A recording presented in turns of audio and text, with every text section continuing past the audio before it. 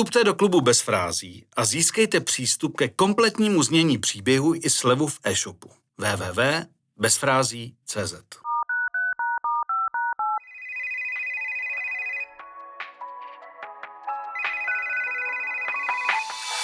Je tady další díl Bez frází plus a v něm Karel Nocar. Výjimečný byl jako házenkář a výjimečný je i jako moderátor.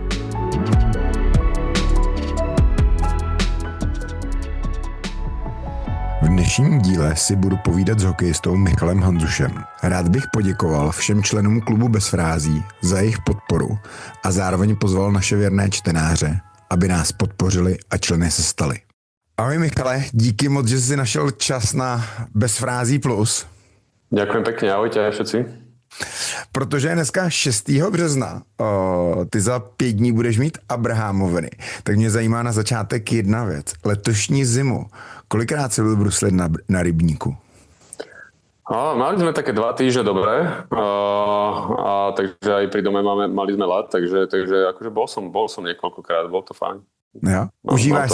Užíváš si to pořád stejně, jako vyprávíš ve svém příběhu na Bez frází pod jménem Rozhodnutí, že vlastně pro tebe hrát na tom ledě s kamarádama, s dětma na topánky, na boty, pro ty, kteří by náhodou nerozuměli velmi podobnému jazyku, je stejný skoro jako hrát před 20 000 v NHL? Úplne, akože to je úplne že najlepšie hokej a ako ešte keď sneží do toho troška, alebo taká tá atmosféra, tak to je že úplne super. Ako ja to mám strašne rád. Ja to tak beriem, že to je taká podstata hokeja, že vlastne tu sa vymyslel hokej, to bol na rybníkoch, nikdy ešte predtým nebol umelý ľad a vlastne tam sa vymyslel hokej, tamto ľudia začali hrať a postupne to rozvíjali a sa vlastne vracete sa naspäť ku koreňom, takže ja to mám strašne rád a vždy si to užívam. A s kým chodíš?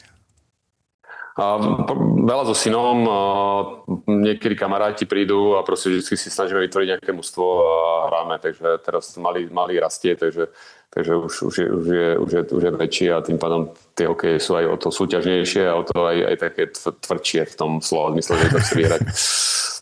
Tvým synům je 10 a 13? Dceru mám 10-ročnú a syna mám 13-ročnú. 10 a 13, pardon, holka a kluk. Když se bavíme o tom rybníku, tak v jaký nejsilnější sestavě jsi kdy hrál na rybníku? Tak s Ríšom Zeníkom som hrával párkrát aj s jeho synom, lebo aj on jeho hráva, takže to asi by som povedal, že to bolo asi také najsilnejšie z tohto pohľadu, že kto hral so mňou, hej. A asi my dvaja sme boli spolu, takže to bolo také, že NHL. Tak to je krásný. Je dobře, že i když to člověk čte v tvém příběhu, tak ty si v tom opravdu uvěřitelný v těch slovech, že to dovedeš přenést a rozdávat tu radost, která je důležitá.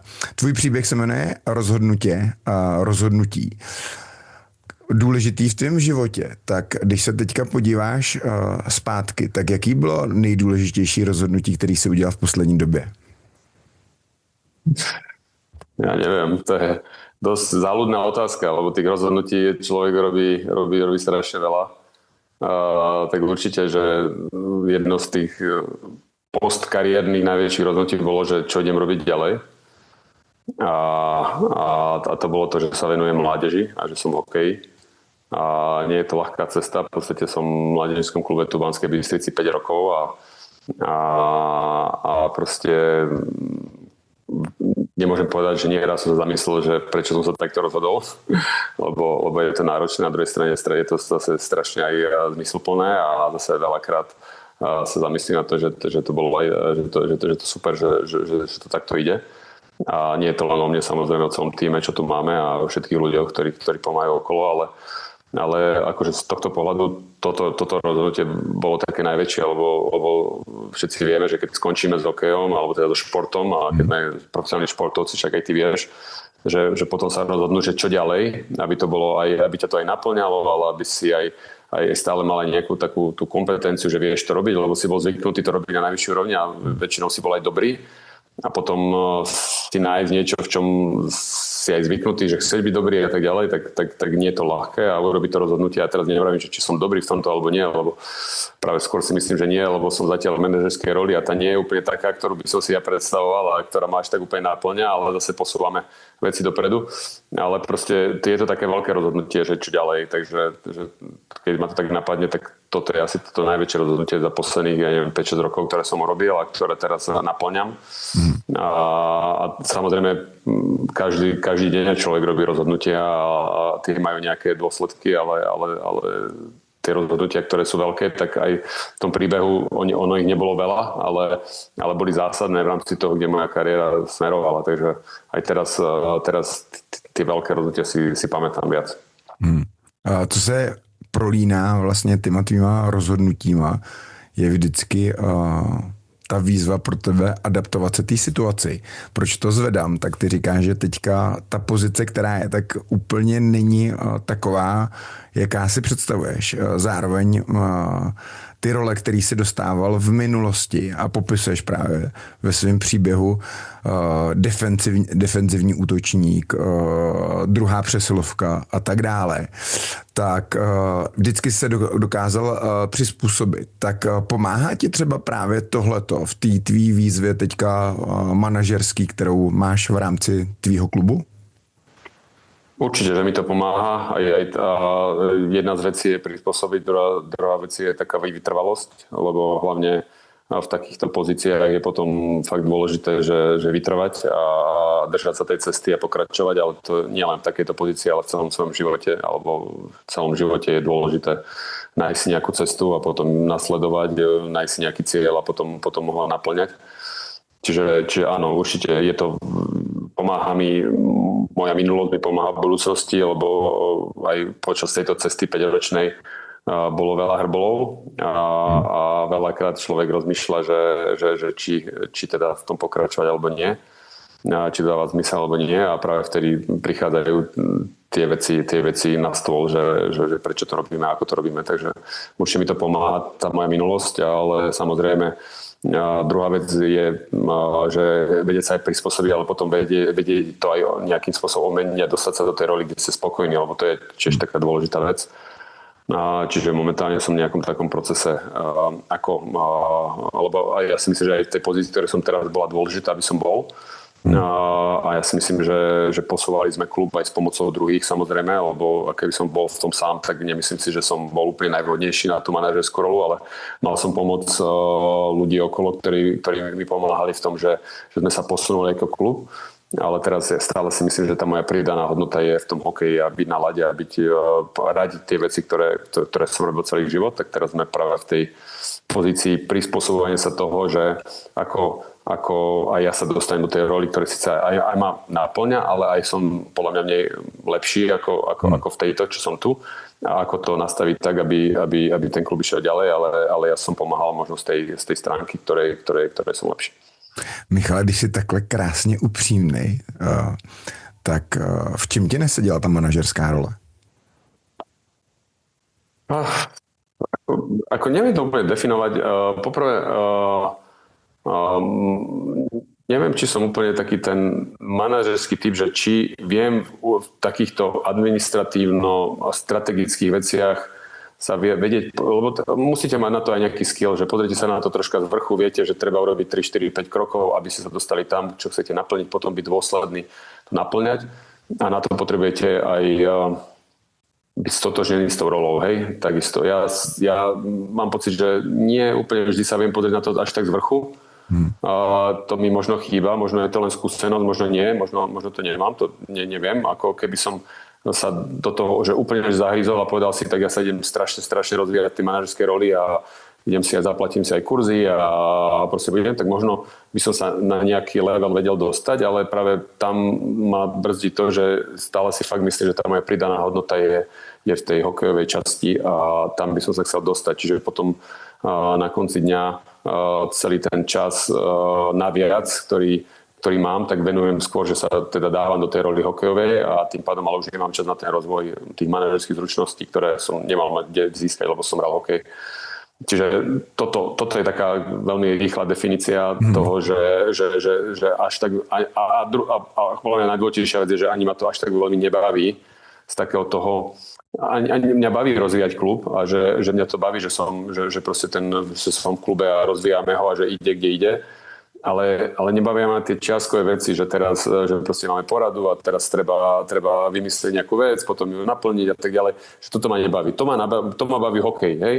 Hokej, keď sa pozriem na hráča, vidím nejaké dobré veci, nejaké horšie veci a teraz koľko krokov treba spraviť, aby sme toho hráča dostali na nejakú úroveň, na ktorú chceme. To ma baví, lebo v tom som ako doma a to proste viem pozerať videa a proste tam sa cítim, že aj mám vedomosť, aj mám nejaké tie kompetencie, to, aby som to vedel, ale hlavne ma to naplňa, hej, lebo som to robil celý život. V tej manažerskej ma to aj nenaplňa a to je druhá časť, ako keby troška toho problému, aj keď nenazval by som to problém, ale je to proste prispôsobenie sa, že proste musel som byť v tejto roli určitý čas. Myslím si, že teraz nastal čas aj v našom klube podľa toho, ako sme sa rozvinuli, že nastal čas, aby som z tejto roli troška sa stiahol, išiel do inej roli a našli sme na túto rolu niekoho, kto je kompetentnejší ako som ja. Krásně to popsal, vlastně je jasn z toho, co říkáš, že tu strategii, tu zkušenost, ty dovednosti na tom hřišti máš, takže víš přesně, jak rozvíjet centra, co má vidět, jak má vyhrávat buly a dokázat mu poradit nebo posunout ho. Ale vlastně ten tým, který je taky důležitý v rámci toho klubu, když chceme profesionalizovat klub, tak musíme mít ty profíky i okolo, tak to už není tvůj šálek kávy, jak se říká. Tak tomu rozumím a každý má najít takzvaně svůj důlek, kde bude nejlepší, tak tě přeju, ať to jde čím dál víc tým směrem toho hřiště. Ďakujem. A ja by som len dodal ešte, že na druhej strane, aby to akože nevyznelo, že sťažovanie, ja si myslím, že bolo strašne dôležité, aby sme, keď sme prebrali klub, aby sme najprv nastavili, že vlastne nejakú našu víziu, nejakú našu cestu, ktorú máme a potom k nej išli a na to bolo potrebné, aby som bol aj v tej roli, ktorej som. Čiže ono to, ja som s tým aj rátal troška, keď som išiel do nej, že určitý čas v nej budem a potom sa z nej stiahne do tej hokejovej. Možno ten čas je troška dlhšie, ako som myslel, ale to bola možno moja taká naivita, ktorú som myslel, že sa to rýchlejšie nastaví a rýchlejšie dostanem inde, ale to len aby som tak doplnil, že ja si myslím, že je to normálne, že sa to takto deje. A verím, že teda ten prechod zvládneme tak, aby sa ten klub práve že ešte zlepšil. Ja si myslím, že v tejto roli môže byť niekto fakt, že oveľa lepší a kompetentnejší ako som ja, a aby ten klub posunul ďalej a ja sa zase viem dostať do pozície, kde zase viem dať tomu klubu viacej. Jak je pro tebe náročný a jak vlastně kolik těch věcí jde přenést, protože ty máš 16 roků odehráno v NHL, přes 1000 startů, úžasný. Jsi vítěz Stanley Cupu z roku 2013 Chicago Black Hawks. Zkušeností hrozně moc. Zároveň v těchto top organizacích a samozřejmě v té nejlepší ligové soutěži na světě hokejový, kterou NHL bezesporu je, tak ty standardy jsou úplně jinde. Tak co vlastně z těch svých zkušeností, protože ta zkušenost je nesmírně důležitá, vím to sám ze svýho sportu, tak jak to přenášet vlastně do toho klubu, do toho, co děláš? Ono se to týká, jedna věc je rozhodně, ty jsi to popsal, nějaký sportovní dovednosti, ale druhá věc obecně, která je důležitá a to je podle mě na delší dobu, přenést vůbec tu kulturu a to mentální nastavení. Že vlastně, když tvrdě pracujeme, tak je to možný, ale nemůže to být v těch slovech, protože nejlepší slovo je vždycky čin. Ja si myslím, že sa to dá a ja si myslím, že tým aj žijeme, že to tu postupne prenášame a zase nie je to len moja vec, lebo sám by som tu nezvládol nič, ale sme tu tým ľudí a či už v office, v administratíve a alebo proste tej hokejovej časti a trénerov a tak ďalej, ktorí sa postupne tým nastavovali a teraz ja si myslím, že sme zase ďalej v tom, že to prenášame do celého klubu. Tá kultúra je strašne dôležitá a my sme si definovali niektoré veci na začiatku, aby sme sa od toho pichli, aby to bol nejaký kompas a urobili sme to tak, že to nebolo ani moje rozhodnutie, ani niekoho vedľa, ale sme si sadli taký core 10 ľudí, ktorí tu bol v klube už predtým, trénerov, ktorý ja som zase poznal a sme si sadli a povedali, ako chceme ako klub, aká by mala naša vízia, aké by mali naše hodnoty, že ako chceme, ako keby tá kostra toho, ako chceme vyzerať. A sami sme si to vytvorili a to bolo 10 ľudí, ktorí potom sme to dali širším trénerom a ďalším, ktorí mohli pripomienkovať, ktorí to mohli povedať, že áno, toto nie a tak ďalej. A keď sme mali vlastne všetci v klube, tým nejakým spôsobom prešli, my sme povedali, OK, toto bude tak, ako by sme chceli postupovať a to bol len začiatok, hej, že to bol úplne začiatok a teraz ako to naplňať dennodenne, no to je tá najťažšia časť, ktorá nám trvá 5 rokov a ešte tam nie sme, ale to je len taká tá úplne že víziová časť. Potom, keď prejdeme do tej športovej hokejovej, tak ja si myslím, že tam sa to dá preniesť úplne krásne. My sme napríklad tento rok sme si zavolali skauta, ktorý skautuje NHL a sme sa ho jasne spýtali, že povedz nám, že aké sú fyzické testy, že na čo pozeráte na drafte, že kde sú tie hodnoty, ktoré vy poviete, že toto je to, čo je dobré, aby sme si my vedeli od 13 rokov povedať, že OK, tak robíme rovnaké testy a potom monitorujeme, že či sme na tej ceste alebo nie sme. Potom sme povedali, že keď skautujú hráčov, na čo pozerajú, že ktoré dovednosti a ktoré schopnosti alebo čo je pre nich najdôležitejšie. Tak nám to pomenoval 6-7 vecí. Sdílej to s náma, to je zajímavý.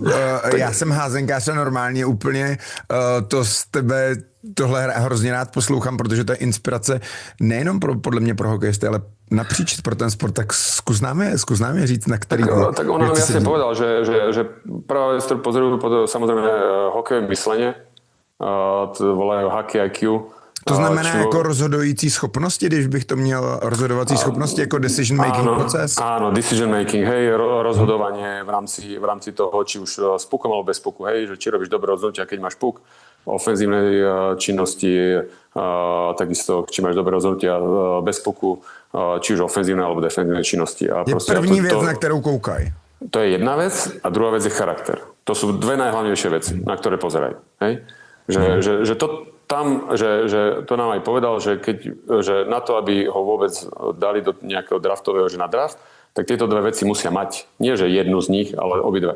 Potom samozrejme zase korčulovanie, zručnosti s pukom a všetky tieto veci, streľba a tak ďalej, to sú. A to tiež musia mať na nejakej základnej úrovni, ktorá je základná úroveň na NHL. A samozrejme nemôže byť pomalý, lebo keď si pomalý, tak to neukorčuluješ. Tam sme videli aj na olympiádu a aká rýchlosť to bola a tak ďalej.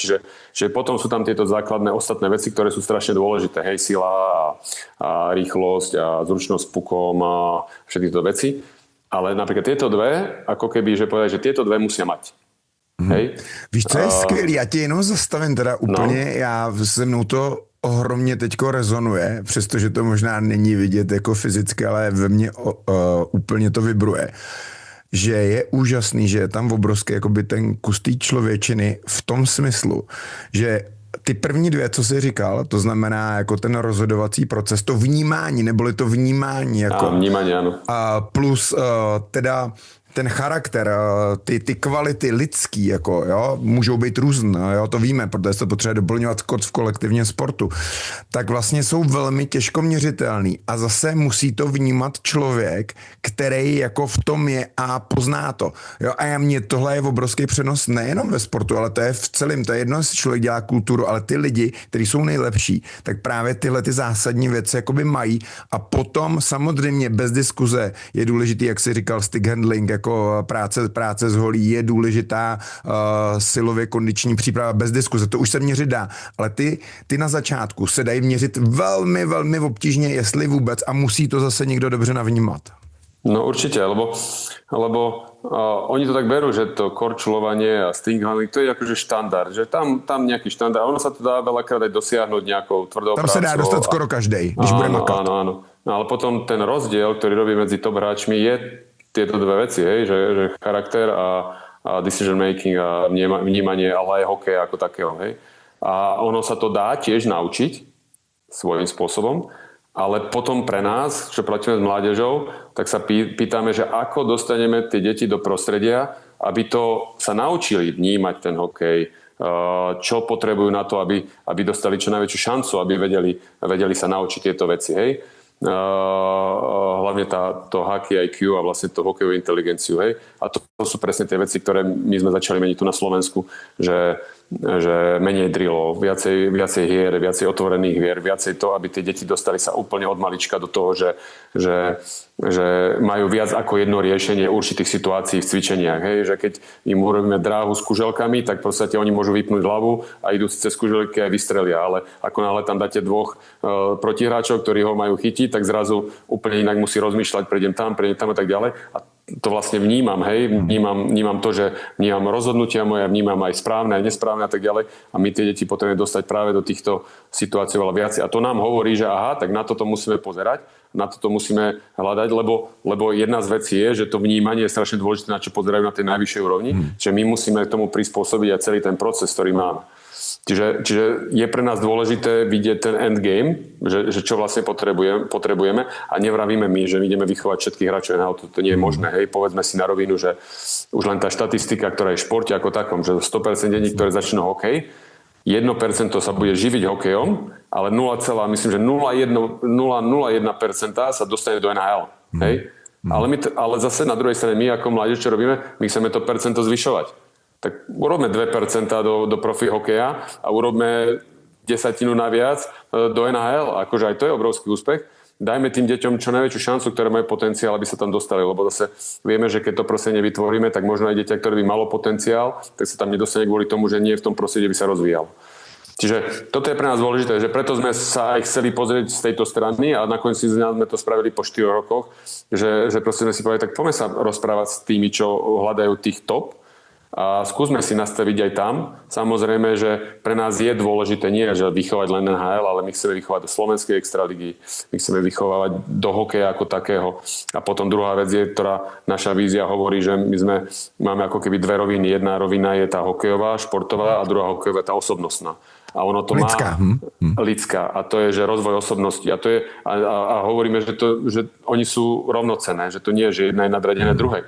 A tou osobnostnou pomáhame aj tým hráčom, ktorí sa majú dostať do profi hokeja, lebo ten charakter je dôležitý, ako nám to aj potvrdil ten scout. Ale druhá vec je, že ak náhodou mi to nevyjde do toho hokeja, čo je veľké percento tých detí, tak sa nejakým spôsobom rozviniem osobnostne na to, aby som bol úspešný v kariére, ktorú bude mať potom hokej. A v tom kolektívnom športe aj ty vieš, že strašne veľa sa vieš naučiť, disciplinovaný, vieš byť spoluprácu, vieš, ako funguješ po prehre. Zodpovednosť, ale mňa tá prehra, že máme veľa teraz takých, že tak prehrám, tak čo, vzdám sa? Alebo začnem obviňovať druhých, alebo nájdem výhovorky v sebe, alebo tak ďalej, alebo si poviem, OK, tak čo musím urobiť preto, aby som na budúce vyhral? Hej? Musím si urobiť nejaký plán, musím si nastaviť nejaké svoje kroky, možno tímové kroky, ako sa dostať tam. A to je presne, to je život, hej? Že raz ti vyjde, raz ti nevyjde, čo spravíš? Hej? Položíš sa, alebo ideš ďalej. A toto je to, čo ten šport mládežnícky vie dať aj spoločnosti ako také. A to je pre nás dôležité a preto sa s tým snažíme a vravím, sme stále 5 rokov a sme stále len v tom nastavení toho procesu a nie sme vôbec tam, že teraz chrlíme tak, ako chceme, ale proste toto nie je práca na pár rokov, toto je práca o nastavovaní a stále doľaďovaní vecí a hľadaní trénerov, hľadaní ľudí, aby sme nastavovali tú víziu. Ale víziu máme a podľa nej je to náš ten kompas, ako pokračovať. Tak důležité je mít tu strategii a naplňovat jí to, že se to vyvíjí, tak víme sami, na tom hřišti se to taky neustále vyvíjí, takže to je důležitý. A tady skvělá věc, jenom protože určitě nás budou poslouchat i lidi, kteří třeba pracují s mládeží nebo tak. Třeba to, co říkáš o tom rozvíjení toho rozhodovacího procesu, aby to nebylo nalajnovaný.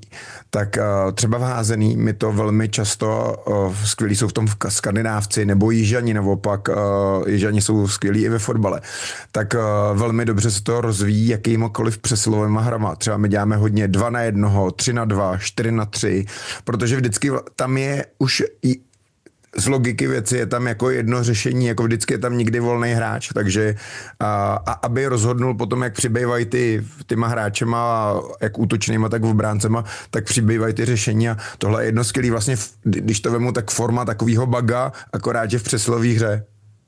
Že to je super point, ako presne tak, že a vždycky tam majú nejaké rozhodnutia, ktoré musia urobiť a ono im to potom aj ukáže, že keď to urobil zle, tak hneď to aj vidí, hej, a to je vlastne hneď aj ten, ako keby nemusí dostať akoby spätnú väzbu od trénera, ale vidí to v tej akcii, že či mu to vidia alebo nie, či majú šancu alebo nemajú. Čiže že presne tak, že to sú tie, my to máme otvorené cvičenia, kde vlastne majú rozhodovací proces a vždycky ho musia rozhodovať. To je to, čo my sme mali, ja si myslím, že keď sme boli mali, my sme to mali na tej ulici a potom možno preto ten tréningový proces, keď ja som bol malý, tak bol viacej drillový, lebo proste my sme mali toľko hier na ulici, že sme možno nepotrebovali a bolo menej ľadu, čiže sme nepotrebovali toľko, tak na ľade sme ako keby robili veľa zručností a korčľovania a tak ďalej.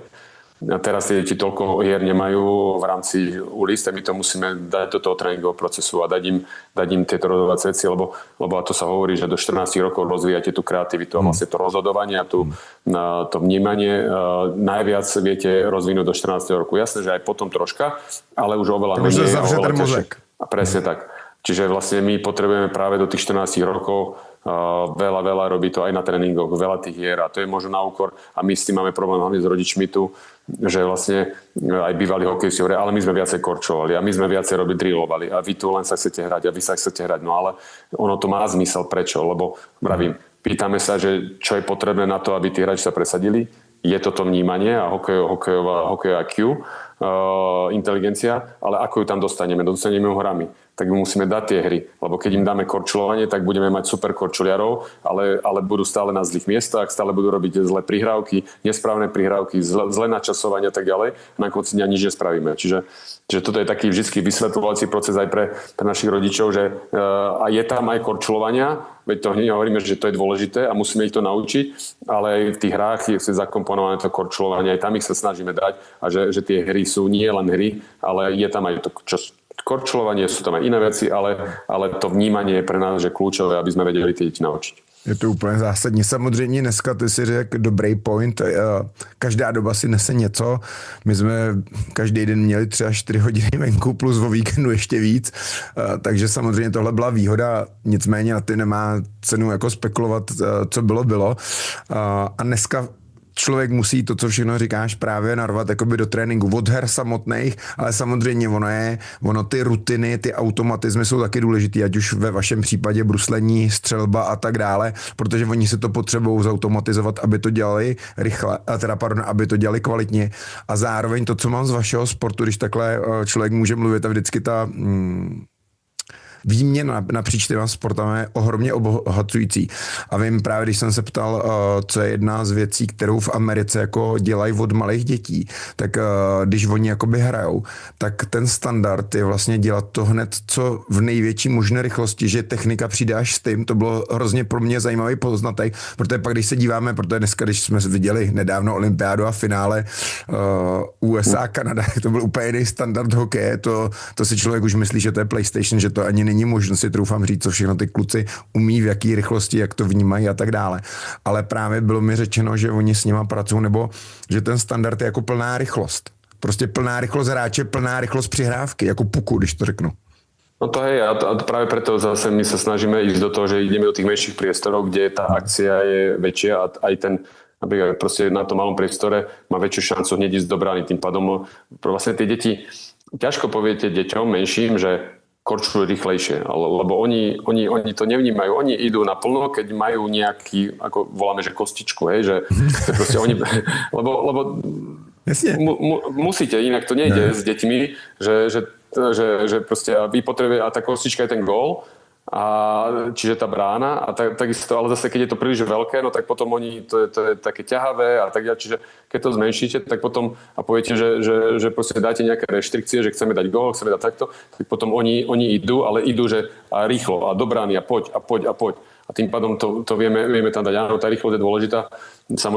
Samozrejme vždy hľadáte, že čo sú priority v ktorých obdobiach, že čo viacej trénovať a čo menej trénovať. Niečo musíte vždy ako keby utlmiť, aby ste práve v tom správnom období spreferovali tie veci, ktoré sú najviac prenesiteľné na to dieťa. Čiže vždy tá metodika je dôležitá v rámci každej kategórie. Velmi zajímavý. Ta druhá věc, která byla, a to mě zajímá, jestli na to máš nějaký informace nebo vůbec, jak vy s tím pracujete.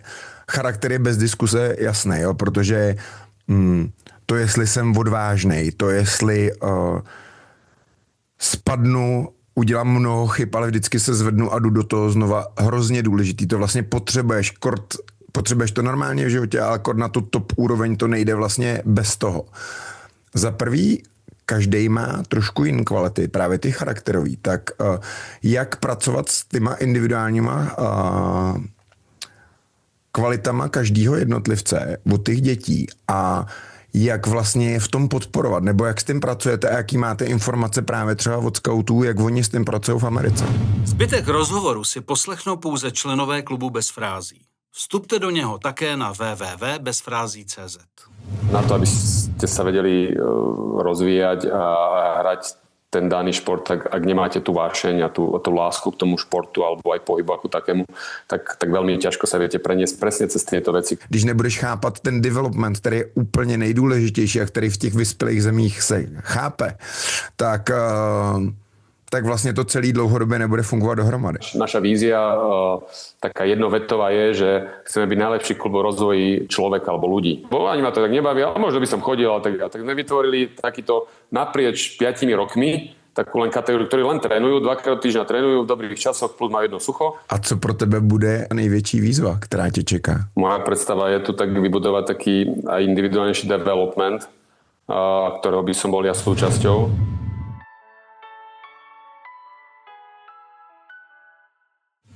Podpořte tvorbu Bez frází, pomozte kultivovat české sportovní prostředí.